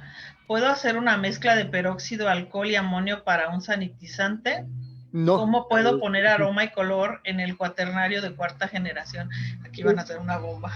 sí, aquí va, a ver, lo hacemos la primera parte, a ver, la primera, a ver, Dice, otro nuevamente, método que se utiliza en el mercado sí, es el agua ozonificada. ¿Sirve para sí. sanitizar? El agua ozonificada Sí y no. El agua sonificada sirve para sanitizar, pero tiene un tiempo de vida media muy corto. Así es de que la debes de usar pues prácticamente al instante. Si es un sanitizante, sí, pero no lo recomiendo por el tiempo de vida media que tiene esa solución. Ujú. Esa es la primera parte. La segunda, Sí. ¿Puedo hacer una mezcla de peróxido, alcohol y amonio para un sanitizante? ¿Y no. cómo puedo poner aroma y color en un cuaternario de cuarta generación? A ver, sería la segunda. No, no te Ajá. recomiendo mezclar peróxido de hidrógeno y cuaternarios de amonio, porque eso libera una cantidad de vaporas y es altamente volátil, ¿no? Y menos con alcohol, ¿no? No es Claro. recomendable mezclar peróxido de hidrógeno y alcohol, ¿no? En esa parte, Sí, gracias. ¿no? Y la Y tercera dice, ¿cómo puedo poner aroma y color en un cuaternario de cuarta generación? en ese no hay ningún problema, ¿eh? Es totalmente soluble en agua y no hay incompatibilidad entre los mismos, ni tampoco la cuestión de inactivación, ¿eh? Tú puedes agregar una solución de cuaternario de amonio, tu aroma y color favorito, ¿eh? No hay ningún problema por esa situación, ¿eh? Ok, gracias. Sí. Dice, ¿por qué el color se me va con el tiempo y el sol? El color, ¿en dónde? Pues Quiero no, suponer que en la solución, ¿no? supongo. Quiero suponer que es en la solución del cuaternario. Esa parte es porque tal vez el colorante que estás utilizando no es el adecuado. Debes de utilizar colorantes, obviamente, para la fabricación de ese tipo de productos de limpieza. No puedes utilizar cualquier colorante. Ujú. En Gracias. esa situación. Sí. Dice, ¿cómo se determina cuál sanitizante tiene efecto esporicida? Comentaste que lo ibas a ampliar. Lo comentaste la semana pasada. Sí, la cuestión de los sanitizantes como esporicidas es el glutaraldehído. Los únicos que tienen actividad esporicida son el fenol y el glutaraldehído en esa situación. ¿Cómo lo evalúo? Por la normatividad de la AOAC o por la guía de la AFNOR, ¿no? Y ustedes tendrán que implementar esas técnicas. Son obviamente costosas y difíciles de implementar. Actualmente, si COFEPRIS les pide obviamente la verificación de los mismos, ustedes únicamente pueden hacer la cuestión de un dossier. En el dossier ustedes especifican, estoy utilizando glutaraldehído al 2% de principio activo con 20 minutos de contacto. Y eso ya está reportado en bibliografía. Con tal, obviamente, es una forma en la cual ustedes pueden demostrar ante COFEPRIS que su glutaraldehído, en este caso, pues tiene una actividad esporicida, ¿no? En esa situación. Porque de otra manera, pues ustedes tendrían que implementar las técnicas y la verdad no se los recomiendo, es bastante complicado. Ujú. Sí, gracias. Sí. ¿Qué color y aroma puedo usar sin inhibir el efecto? En esa cuestión, cualquier color y aroma que tú consideres, siempre y cuando obviamente sean compatibles con la solución. Como les había comentado, existen colorantes que son específicos para la formulación de ese tipo de sanitizantes. No pueden utilizar cualquier colorante que se encuentren donde venden materias primas, ¿no? Deben de ir con empresas que se dediquen a la venta de ese tipo de colorantes. Pero de ahí, sin ningún problema, pueden utilizar cualquier color y aroma. Sí, gracias. Dice, ¿cómo puedo sanitizar mi domicilio si a un familiar le dio COVID? ¿Qué sanitizantes pueden ocupar la familia portadora? ¿Y qué recomendaciones de desinfección da en un hogar donde estuvo un paciente con COVID? En esta cuestión, nuevamente, de manera comercial, pues puede ser el Lysol. Le digo, no me gusta hacer comercial sobre eso, que es un cuaternario de amonio. En esa situación, poder pues aspersarlo, dado que viene en spray. Pero bueno, nuevamente, el lavado de todos los enseres, ropa y todo lo demás, como les había comentado, el producto que es del arbolito, que viene en muchos aromas, es muy efectivo porque tiene más que nada la actividad como un detergente y un desinfectante, ¿no? Pueden también utilizar la cuestión de los productos de limpieza de esos fabulosos y maravillosos que venden en todos sus centros comerciales y sin ningún problema, pero yo sí le recomendaría más que nada la cuestión del lavado con ese producto del arbolito y utilizar la parte de Lysol en esa parte, por aspersión. Uh -huh. Sí, gracias. Dice, ¿cómo se prepara una solución de cloro efectiva? En esa, pues es al 2%. Ustedes por lo general van a tomar su botellita de cloro comercial y son 2 mililitros y 98% de agua. Y ya con eso tiene una dilución del 2%. Ujú. Sí, gracias. Y en esa parte yo les recomiendo que una vez preparada lo usen inmediatamente porque las soluciones de hipoclorito de sodio tienen un tiempo de vida muy corto. Gracias. Dice, si usas lentes, ¿es necesario el uso de careta? Pues sí, los lentes realmente es una protección con una barrera física, pero para tener una mayor protección sí es recomendable el uso de careta, ¿no? ¿Por qué? Dado que pues, obviamente los lentes no están obviamente totalmente pegados a nuestra cara, pues pueden llegar las partículas por las hendiduras, ¿no? Los costados. Por eso es mejor también el uso de careta. O por arriba, ¿no? También. Sí, exactamente por arriba. Ujú. Dice, ¿los lentes de seguridad son también útiles combinados con el cubrebocas o el KN95? Sí, es altamente recomendable utilizar los lentes de seguridad. En el caso, si no utilizas lentes o no utilizas careta, la cuestión de los gogles de seguridad, sí, son muy recomendados su uso. Ujú. Bueno, aquí nos preguntan, no sé si quieras contestarla porque no tiene nada que ver con lo que estamos viendo. Dice, ¿qué Claro. daño causa ingerir dióxido de cloro? Ah, pues bueno, vamos a hacer que el dióxido de cloro, cuando uno ingiere dióxido de cloro, sucede que se libera los iones cloro y esos llegan a hemoglobina y entonces llega la cuestión de una oxidación. Y entonces en vez de tener oxígeno en nuestra hemoglobina, tenemos cloro y eso es una cuestión de intoxicación, ¿no? Eso es a grandes rasgos lo que sucede con el dióxido de cloro. Es mentira de que en el organismo libera oxígeno y oxigena la sangre. Eso es una total falacia. Se Claro. libera la cuestión de iones cloro y esos obviamente atacan hemoglobina, ¿no? En consecuencia hay una intoxicación por lo mismo, ¿no? Porque está desplazando el oxígeno que tenemos en la hemoglobina a lo que son los iones cloro. Ujú. Sí, gracias. Sí. Dice, ¿qué producto recomienda para limpiar un colchón de alguien con COVID? ¿Puede ser un simple Lysol? Sí, un Lysol o como les había comentado, las soluciones comerciales que venden ahí. Bueno, voy a hacer el comercial. Sí, Es lo ya que dinos el arbolito. el arbolito, el pinol les había comentado, es el mejor detergente y desinfectante porque tiene ambas características, ¿no? En esa situación. Y también el fabuloso o el flash también son muy económicos porque tienen glutaraldehído al 0.002%. En este caso yo les recomendaría que hicieran una dilución también al 2% de lo que es el fabuloso o el flash o soluciones similares y con eso pueden aspersar el colchón, ¿sí? En esa parte. Sí, O el iPhone, gracias. o el Ah, iPhone, sí. aunque les digo, es por economía, pueden utilizar ese tipo de productos, ¿no? Lo que es Pinol, Fabuloso, Flash y todos los similares, ¿no? Ya si realmente ustedes consideran con un poco de poder adquisitivo mayor, el Lysol, ¿no? Pero esos tres son altamente efectivos, ¿eh? Y muy económicos. Ujú. Sí, gracias. Dice, ¿los generadores de ozono sí sirven para desinfectar ambientes de trabajo? No, en esa cuestión no, porque el tiempo de exposición que debe de tener para poder desinfectar debe de ser mínimo de 30 minutos. Y sí es medio complicado tener esas condiciones de tanto de lo que es UV y también la generación de ozono en esas condiciones. Ujú. No, no, no son recomendables. Sí, gracias.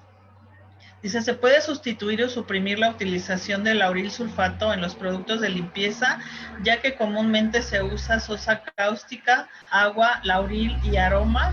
Dice, soy alérgica al lauril sulfato. Sí, sí se pueden sustituir. Hay otros tipos de tensoactivos de última generación que se pueden sustituir. En esa parte, no recuerdo ahorita de los nombres, son nombres así, más elaborados y extravagantes. Sí se pueden sustituir, sin embargo, son mucho más costosos, ¿no? Si, por ejemplo, para lavado de manos tiene problemas de que le irritan, ¿no? Una cuestión de alergia, puede ir a su farmacia y pedir obviamente lo que son detergentes, o mejor dicho, soluciones limpiadoras sin jabón, ¿no? En esa cuestión, pues todo como, híjole, otra vez voy a hacer el comercial, lo que es el Activón o puede ser el Cetaphil, les puede ayudar en esa situación para el lavado de manos cuando son alérgicos al lauril sulfato. Gracias. Y a ver si me patrocinan. Sí, que nos den una lana, ¿no? Sí, realmente es porque les estamos dando más que nada la cuestión de la efectividad de sus productos. Sí, claro. Dice, ¿se puede desinfectar los cubrebocas N95? Lo recomendable es de que, en teoría, después de utilizarlo unas 4, 5 o máximo unas 8 horas, se deseche, ¿no? Pero pues sabemos que pues un KN95 como tal, pues sí es caro, ¿no? No son los KN95 que te venden afuera del metro de a 10 o 20 pesos, ¿no? Lo podrían ustedes desinfectar obviamente con una solución de fabuloso en esa parte, ¿no? Y dejarlo secar, ¿no? No hay ningún problema por esa situación. Uh-huh. Pero lo recomendable es de que pues lo estén cambiando continuamente. Sí, gracias. Sí. Dice, ¿existe otra opción para utilizar en manos además del alcohol gel, ya que este no es tan eficiente, especialmente en lugares en donde la accesibilidad a lugares para lavado de manos no existe? Como ya les había comentado, el alcohol gel realmente pues no es como una parte viricida, pues es más bien una cuestión bactericida. Y lo que podrías utilizar serían soluciones limpiadoras que realmente van a eliminar los virus y bacterias por la disrupción de membrana. En esa parte, pues nuevamente va el comercial. Cetaphil tiene la cuestión de cremas limpiadoras que van a obviamente eliminar cualquier rastro de suciedad presente en sus manos cuando ustedes sean alérgicos a la cuestión del alcohol, les reseca o algo por el estilo. Aplican eso, es como una tipo crema y posteriormente la dejan actuar unos 30 segundos o 20 como si se estuvieran lavando las manos y posteriormente la retiran pues con un Kleenex o con una servilleta. La desventaja que tiene es de que estas soluciones sí son bastante caras, ¿eh? Pero es una opción al respecto, ¿no? En el caso que no puedan usar. ¿Mm? Sí, gracias. Sí, que nos patrocine Galderma. También. Dice, ¿cómo se integra el esporicid al rol de sanitizantes? ¿Cada cuánto tiempo se tiene que rolar? La cuestión del esporicida, nosotros lo recomendamos que se utilice bajo ciertas circunstancias. La primera, cuando hayan hecho alguna remodelación y tengan un área gris, es decir, van a tener contaminación prácticamente hasta de dinosaurios, ¿no? En el caso que existiera, por todos los microorganismos que van a tener ahí presentes, ¿no? Entonces, en ese caso, como van a ser áreas grises, ustedes primero implementan el esporicida para que elimine todo y ya posteriormente utilizan su rol de sanitizantes normal y lo van cambiando cada 15 días. El esporicida lo pueden utilizar 2 o 3 veces al año, ¿no? Para que obviamente puedan justificarlo ante COFEPRIS de que ustedes lo están usando como una medida preventiva, siempre y cuando durante sus monitoreos microbiológicos no exista crecimiento de, de partículas esporuladas. Si tienen la cuestión de una cuestión de crecimiento de partículas, entonces lo aplican y entonces ya es una acción correctiva. De otra manera, Niño, únicamente lo están usando de una manera niño. preventiva. ¿Sí? Ok, gracias. Sí. Dice, ¿están a la venta así con ese nombre de cuarto y quinta generación? Sí, no, No, no no están a creo. la venta así como tal, ¿no? Es la clasificación de los cuaternarios de amonio de cuarta y quinta generación. No existen empresas que cada uno tiene sus nombres y ya viene especificado, son cuaternarios de cuarta y quinta generación. No, no vienen así a la venta. Y realmente es difícil encontrar de manera casera o la parte, se puede decir, comercial en los supermercados, cuaternarios de cuarta y quinta generación. Prácticamente son de especialidades para el área farmacéutica y hospitalaria. Si no, no los van a encontrar así tan sencillos. Si se los llegan a vender con alguna empresa, los volúmenes parten a cuestión de 20 kilos, me parece, hacia arriba. Ok, sí, gracias. Sí. Dice, ¿los biofilms se mantienen viables en el cabello? En esa cuestión realmente desconozco, no hay una evidencia hasta ahorita, no se ha hecho algún estudio por esa parte, ¿no? Pero pues si consideramos que la humedad es un factor importante para que se mantengan esos biofilms, si tenemos cabello húmedo, pues entonces sí vamos a tener esa situación, ¿no? Sí, gracias. Ujú. ¿Cuánto tiempo de vida útil tiene un sanitizante a base de amonio y las soluciones de hipoclorito de sodio? Los cuaternarios de amonio son muy estables en esa situación.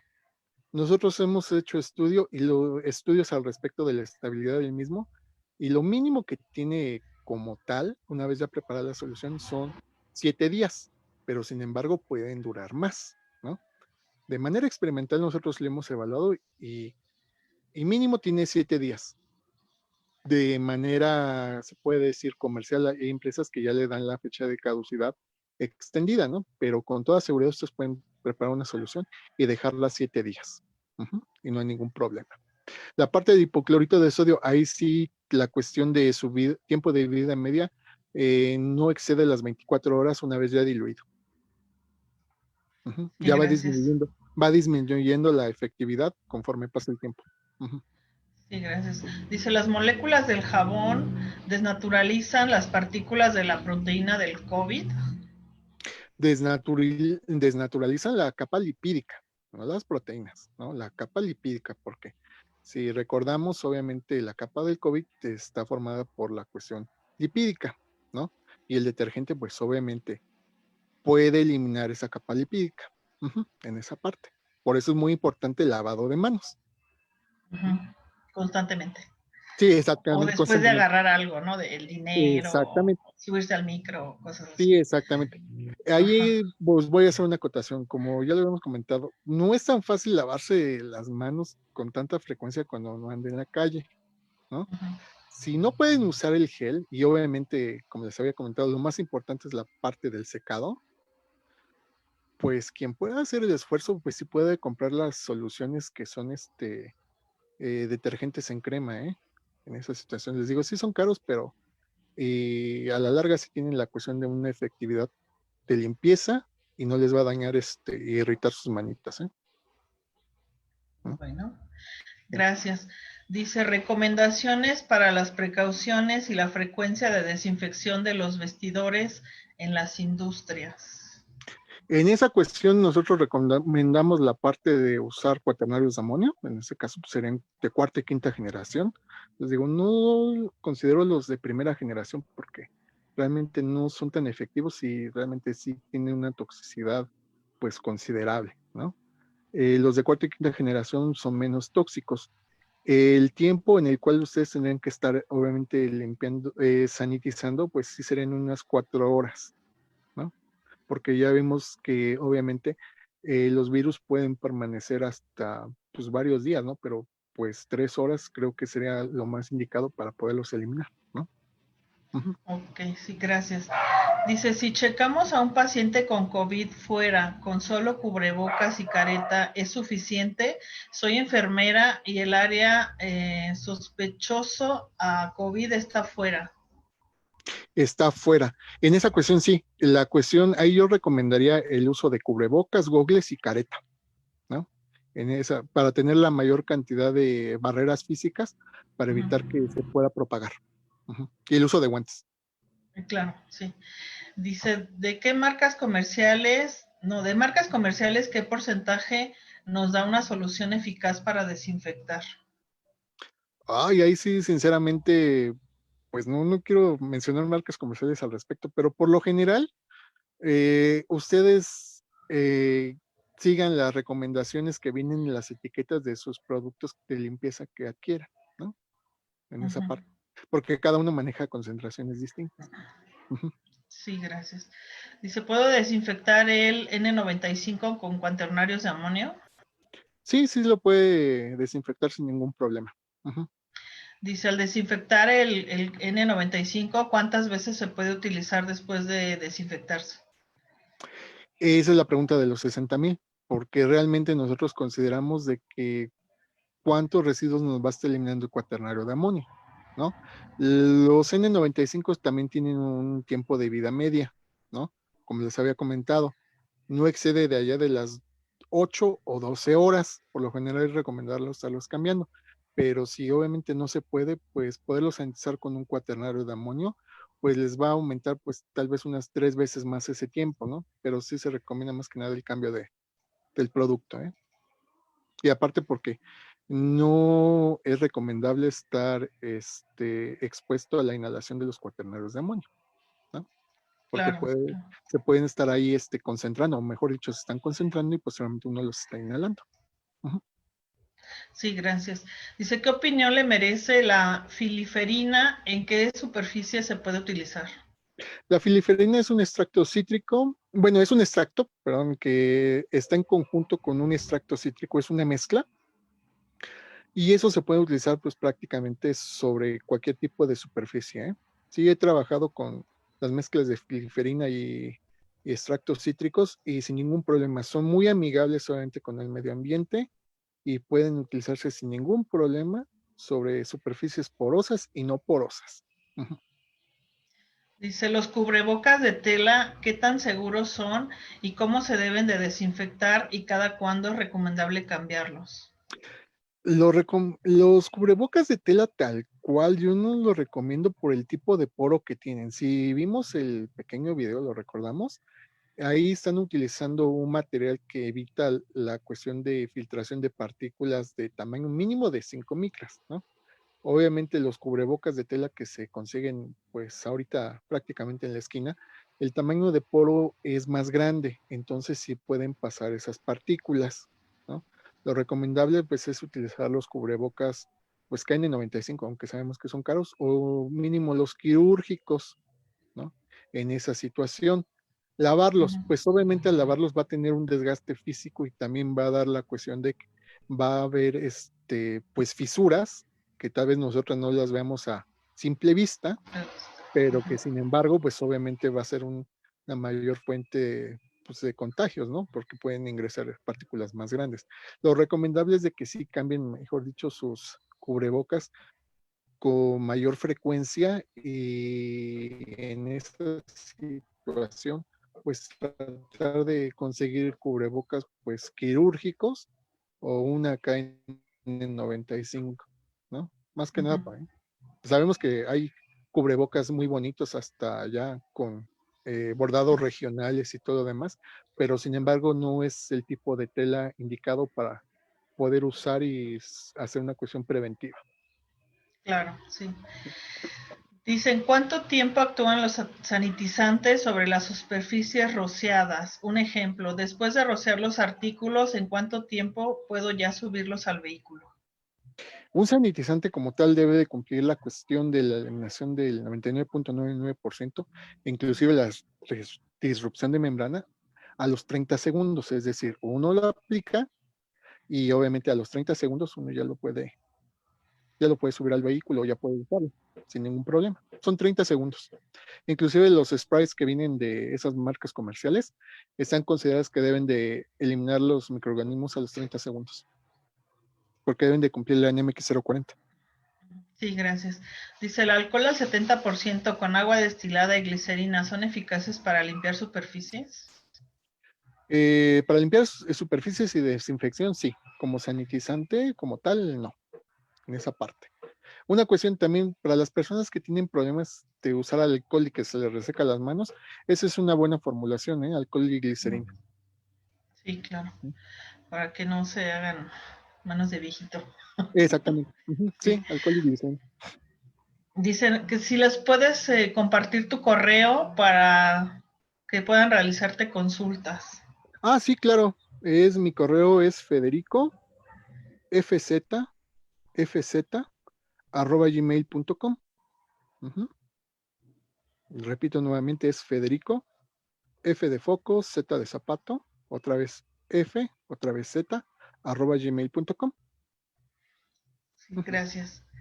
Dice, ¿cuál es la eficiencia de los cubrebocas de tela o lavable que normalmente utiliza la gente? ¿O únicamente tenemos que usar los clínicos? La recomendación es usar los clínicos, ¿no? Y las KN95. eficacia, obviamente, que tiene un cubrebocas de tela comercial. Les digo, se va desgastando y si ustedes lo lavan, pues obviamente se desgasta más. Ustedes no lo ven a manera macroscópica, pero a manera microscópica sí tiene fisuras en esa parte. Por tal se recomienda pues utilizar los quirúrgicos o médicos y estarlos cambiando pues periódicamente, ¿no? Inclusive hay un tipo de KN95 que he visto en el mercado, son un poco caros, pero tienen inclusive como un recubrimiento plástico, ¿no? Por fuera.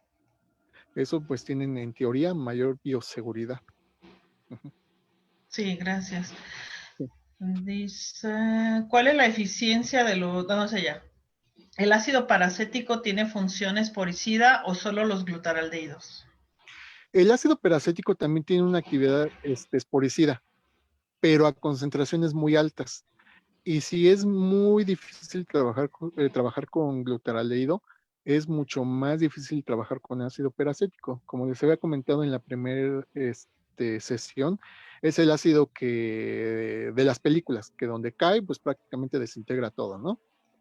Yo no recomiendo el uso del ácido peracético como esporicida. Sí tiene actividad esporicida, pero su manejo es muy complicado. Recomiendo mejor el uso de glutaraldehído. Ujú. Sí, gracias. Dice, ¿es efectivo aplicar solución de alcohol en el dinero? Pues en esa cuestión, lo único que vas a desinfectar, pues vas a disminuir la carga bacteriana, ¿no? En esa parte, pues sí puede disminuirlo, pero nuevamente, la recomendación es que después de haber estado en contacto con eso, el lavado de manos y más que nada el secado de manos. Sí, gracias. Dice, ¿la espuma de cloruro de benzalconio para las manos es efectivo? Espumas de cloruro de benzalconio sí son efectivas en esa parte. También existe como un tipo de, se puede decir, de detergente que es a base de espuma de cuaternarios de amonio y tienen una alta efectividad, como ya lo habíamos comentado, disrumpen las capas lipídicas, ¿no? Solo que sí son bastante caras, ¿eh? Y las efectivas son las de cuarta y quinta generación. Las de primera generación, pues no son tan efectivas, ¿eh? Y sí pueden tener la cuestión de irritabilidad en, en la piel. Sí, gracias. Dice, una vez sanitizada la casa, ¿qué tiempo recomienda que se debe de esperar para volver a sanitizar? En esa situación depende con qué haya sanitizado, ¿no? Y si retomamos la primera sesión, ¿cuánto nos dura sanitizado un espacio o un área? Pues es la contestación con la siguiente pregunta. ¿Cuánto nos dura una ampolleta estéril? Pues nos dura estéril mientras que no se rompan esas condiciones de esterilidad, ¿no? Lo mismo sucede en una casa, en una habitación, dado que obviamente va a tener un flujo de aire, de personal y no se puede tener la cuestión de estar manteniendo las condiciones para evitar obviamente intromisión de virus o bacterias, pues yo puedo aplicarlo y no tengo certeza cuánto tiempo me va a durar, ¿no? Por tal, pues es recomendable que si ya lo sanitizaron, pues lo hagan con la mayor frecuencia posible. En ese caso, pues podrían ser cada 2 o 3 días. Los cuaternarios de amonio, obviamente sobre superficies, una vez aplicados, tienen una actividad bactericida y viricida hasta de 7 días en esa situación, ¿no? Entonces todavía les puede durar esa situación. Por eso depende con qué hayan limpiado y sanitizado, ¿eh? Pero los cuaternarios una vez aspersados sí tienen esa actividad, ¿no? Ujú. Sí, gracias. Ah, ay, ya se me cambió aquí.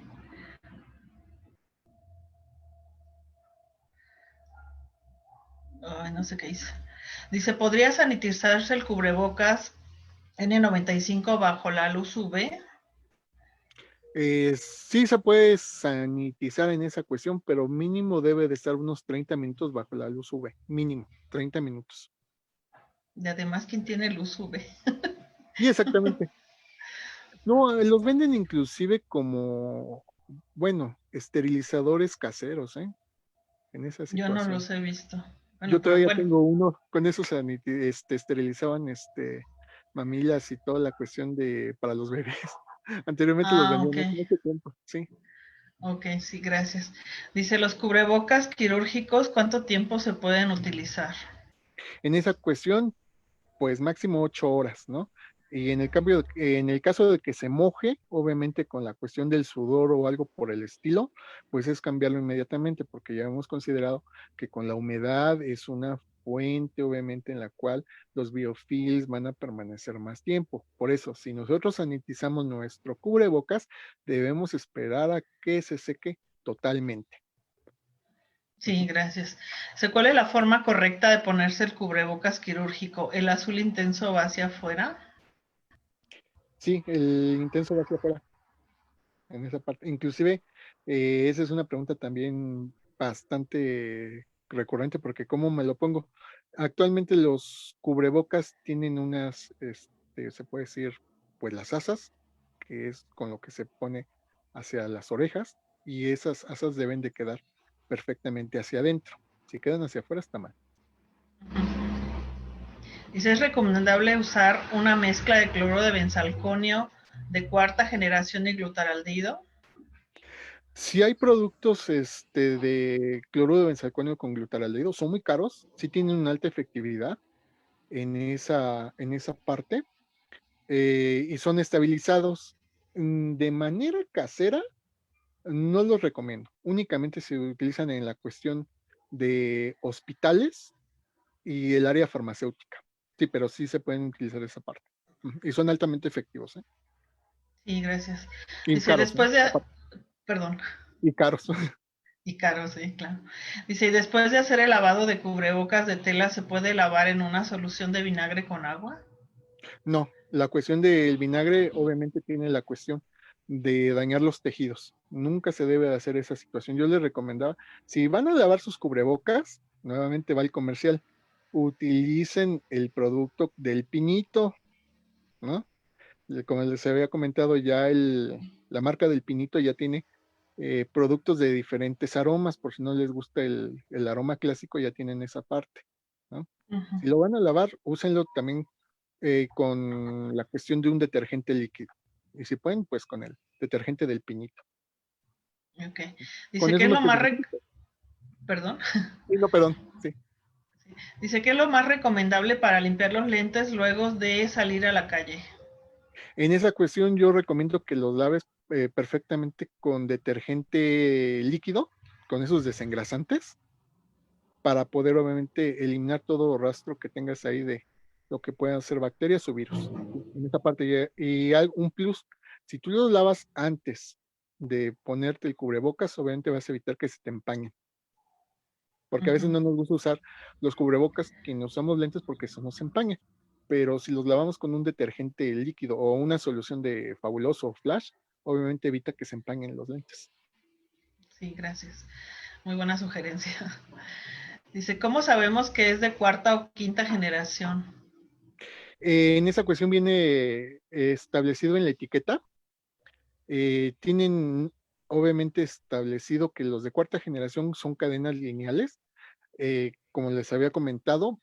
Tienen nombres comerciales. Si ustedes los googlean, así, cuaternarios de cuarta generación, les va a aparecer los nombres, así tal cual corresponden esos cuaternarios de amonio. Son muy grandes esos nombres. Entonces, ustedes pueden ver sus etiquetas y ahí ven si corresponde a ese grupo de cuaternarios de amonio. Yo les digo de antemano, los de cuarta y quinta generación prácticamente no se venden de manera comercial al público. Se utilizan más que nada en la cuestión de área hospitalaria e industria farmacéutica, ¿vale? Yo sé que actualmente todos están emprendiendo y están haciendo sanitizantes, pero prácticamente todos están utilizando cuaternarios de primera generación y es cloruro de benzalcón, ¿no? Los de cuarta y quinta generación sí tienen alta efectividad, pero aparte son más caros de lo convencional. Ujú. Sí, muchas gracias. Dice, ¿qué tipo de careta recomienda o algún otro tipo de protección que me pueda comentar? De igual manera, ¿cuál es la manera correcta de desinfectarla? La cuestión de la careta, pues como ya vimos, es una barrera física, así es de que si tuvieras hasta una bolsa de plástico, realmente te ayudaría, porque realmente la cuestión es de que evite el paso de pequeñas partículas, ¿no? Entonces, mínimo tener una careta, aunque sea de un plástico sencillo, pues te va a ayudar como una barrera física, que es lo que realmente buscamos, ¿no?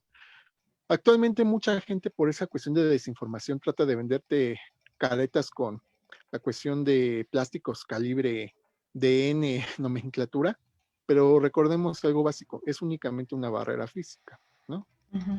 Y pongamos un experimento, si nosotros tenemos una bolsa de plástico y la llenamos de agua, pues no va a salir ningún tipo de gota o algo por el estilo, ¿verdad? Entonces es lo mismo. Las caretas es únicamente una barrera física y simplemente con un plástico, se puede decir, muy rutinario, nos puede prevenir. La parte para sanitizarla lo recomiendo con soluciones de cloruro de benzalconio o con soluciones nuevamente, de esas marcas comerciales que ustedes pueden comprar en el súper a una dilución al 2%. Ok, ya casi terminamos. No, no, no hay Me problema. hicieron muchísimas preguntas hoy. No, no hay problema. Dice, ¿se puede sanitizar el cubrebocas con Lysol? Sí, como ya les había comentado, pero no se recomienda más allá de 3. ¿Por qué? Porque obviamente el cuaternario de amonio va a estar ahí presente y no es recomendable estarlo obviamente respirando. Ujú, esa parte. Por eso es muy Gracias. importante que usen su cubrebocas y lo estén cambiando frecuentemente. Ujú. Ujú. Dice, ¿qué tan efectiva es la desinfección con plasma de peróxido de hidrógeno? Con esa cuestión de plasma, pues es un nombre muy rembombante, que realmente quiero suponer que es una termonebulización o algo por el estilo. El peróxido de hidrógeno sí es muy efectivo, pero por ejemplo para hospitales o para áreas así, donde necesiten bajar la carga microbiana y más que nada de hongos y levaduras. El peróxido de hidrógeno es muy bueno para eliminar hongos y levaduras, ¿no? Para la cuestión de los virus no es tan efectivo porque realmente si recordamos la estructura del peróxido de hidrógeno no tiene la capacidad para disrumpir la capa lipídica, ¿no? En esa parte. Sí, gracias. Dice, ¿se debe sanitizar paredes y techo de la casa y también la ropa?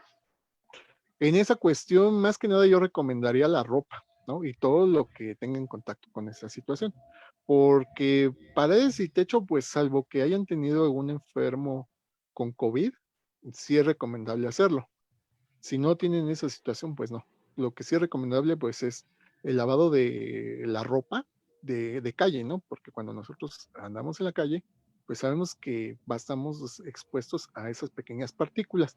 También algo muy importante que se me olvidó mencionar, en esos tiempos de pandemia, pues evitemos inclusive tocar nuestra ropa y todo lo que conlleva, porque podemos tener partículas y después nosotros nos andamos tocando la boca, los ojos y todo demás, y también es una fuente de contagio, ¿eh? Sí, gracias. Creo que ya me repitieron aquí las preguntas, pero había otra que ya la perdí. Ah, Qué bueno que esta vez no falló el... no, ya me las borraron, creo. Ujú. Sí, qué bueno que no te falló el internet. Es una de las cosas que estamos en contra, ¿no? Luchando. Sí, Eh, el lazo de la careta.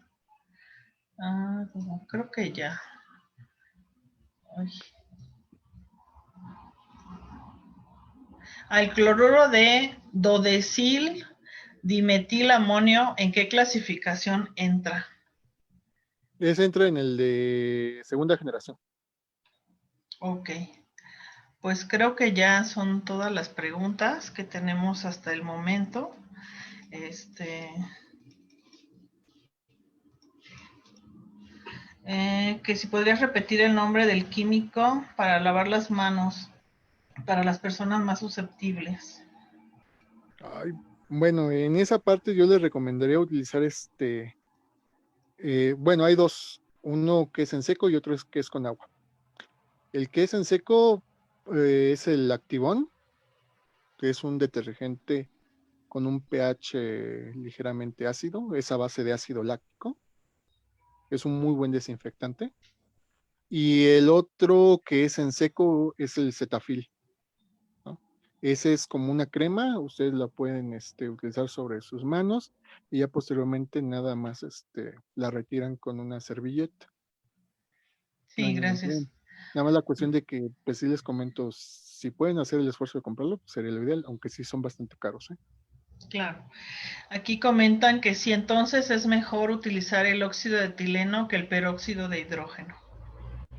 El óxido de etileno prácticamente yo lo recomiendo para la sanitización y más que nada es un esterilizante para la cuestión de lo que son dispositivos médicos, ¿no?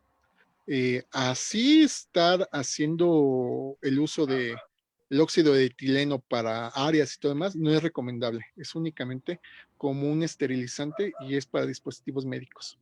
Ujú. Ok, tenemos otras dos preguntas. Dice, Sí, no, no hay problema, la creemos. el peróxido de hidrógeno, ¿qué efecto tiene? Es decir, para bacterias o virus.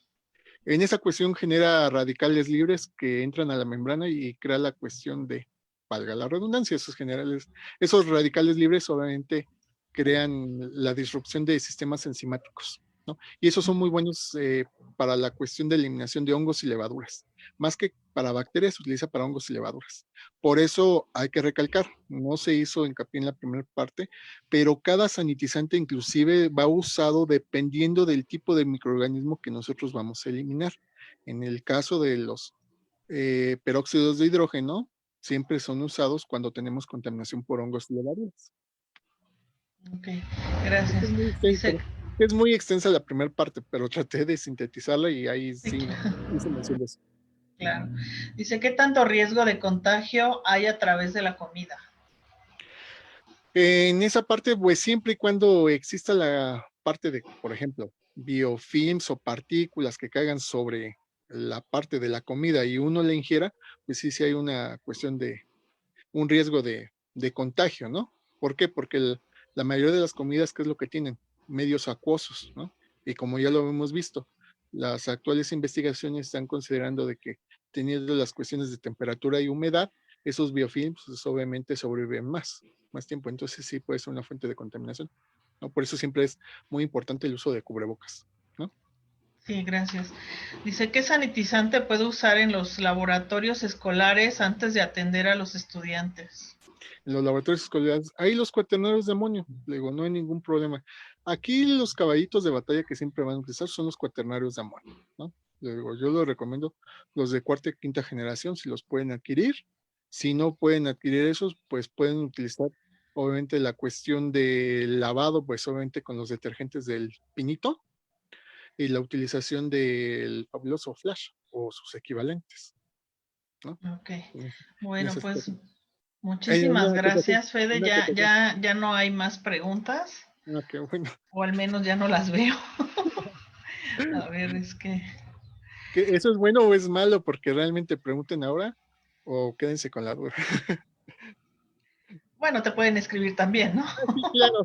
Pero ahorita estamos dándole todas sus respuestas y tal vez surjan dudas que dices, bueno, es que no lo voy a considerar yo también, ¿no? Claro, sí. No, entre más información tengamos, pues mejor, ¿no? Para Sí, claro. Sí, no, cuidarnos exactamente. más. Yo siempre lo digo en broma, ¿eh? Por eso sí, ya saben. Quien ha asistido a nuestros cursos saben que yo siempre lo digo en broma, así de pregunten ahora o sufranlo en la industria para siempre, ¿no? Claro. Bueno, pues muchísimas gracias, Fede. Si me permites compartir la pantalla, por favor. Sí, sí, estás en la pantalla, a ver. A ver. Es que esto todavía estás compartiendo. Sí, permíteme. Ya Ya. está. Sí, ya. A ver. Pues como siempre, eh, han seguido preguntando acerca de las constancias. Y pues esta es nuestra página en donde ustedes pueden encontrar las constancias. En la página de Wix, está en la publicación de la página de la licenciatura, está como publicación fijada. Esta es la página, si ustedes le dan aquí en constancias electrónicas, le dan clic, ahí las va a dirigir a la página en donde están todas las constancias. Nada más falta el de este seminario, nada más que terminemos los registros, denos algunos días y ya estará en la página. Y pues bueno, tenemos ya nuestro canal de Telegram, Para aquellos que no pueden accesar a las ligas, se van a estar publicando las ligas previamente en el evento como tal, para que las tengan y se les irá, como en esta ocasión, se les irá diciendo en qué momento ya están activas para que puedan hacer el registro, si no lo pueden hacer en la página, en el momento que se está haciendo la transmisión, en la liga que se pega en la página de la transmisión en vivo. Este es el canal en Telegram, también ahí vamos a estar compartiendo los eventos que tenemos, las ligas, y en esto pues tiene la ventaja que les llega directamente a su celular la notificación por si gustan seguirla también. Y pues invitarlos para nuestro siguiente seminario. Vamos a tener al doctor Moyocoyani Molina y nos va a hablar de un tema muy interesante que casi no nos metemos nosotros a pensar, para considerar por ser químicos, pero nos va a hablar de cómo entender y comunicar la ciencia a través de la visualización de los datos. Él es QFB, pero también hizo su doctorado en química cuántica, pero trabaja toda esa parte de la inteligencia artificial. Entonces yo los invito a que nos acompañen la próxima semana, va a estar sumamente interesante. Y seguirlos invitando a que nos sigan también en las páginas donde colaboramos, que es en la de Profesionistas Farmacéuticos de México, en donde cada sábado tenemos un desayuno por la mañana a las 8:30, y hay que levantarse temprano, ni modo. Y están haciendo, pues se habla de temas relevantes para el área farmacéutica. Así como también la página de OFIL México, que también se realizan entrevistas a profesionales, a expertos, y donde se está publicando información de interés para los farmacéuticos. Y bueno, todavía no. Muchísimas gracias por acompañarnos en esta nueva emisión. Los esperamos la próxima semana a las 12, no se la pierdan. Si quieres decir algo, Fede, para despedirnos, invitar a los a los asistentes a que sigan tu página. Ok. Muchas gracias. ¿Sí me escuchan? Sí. Pues agradezco mucho, obviamente, su atención prestada y también la cuestión de la invitación, ¿no? Y más que nada, si tienen alguna duda, algún comentario, pues nos pueden seguir en nuestras redes sociales y ahí con mucho gusto les puedo ampliar la información, o si tienen alguna duda, pueden consultarme sin ningún problema. Y esperemos que termine esta pandemia para tener unos cursos presenciales y atormentarlos ahí como siempre, ¿no? Porque en esas situaciones no les puedo preguntar y siempre me gusta más que nada la interacción y preguntarles para que también puedan integrar los conocimientos. Sí, bueno, Gracias. muchísimas gracias, Fede, No, al contrario, gracias. por siempre contar con tu presencia y compartirnos tu conocimiento. No, al Pues contrario, gracias. muchas gracias a todos, que tengan buena tarde, síganse cuidando, por favor. Ya nos lo dijo Fede, pues la sana distancia, usar cubrebocas, si se puede careta, y o de preferencia, si no tenemos a qué salir, pues quedarnos en casa hasta que nos llegue la vacuna. Buena tarde, nos vemos, hasta luego. Gracias, hasta luego.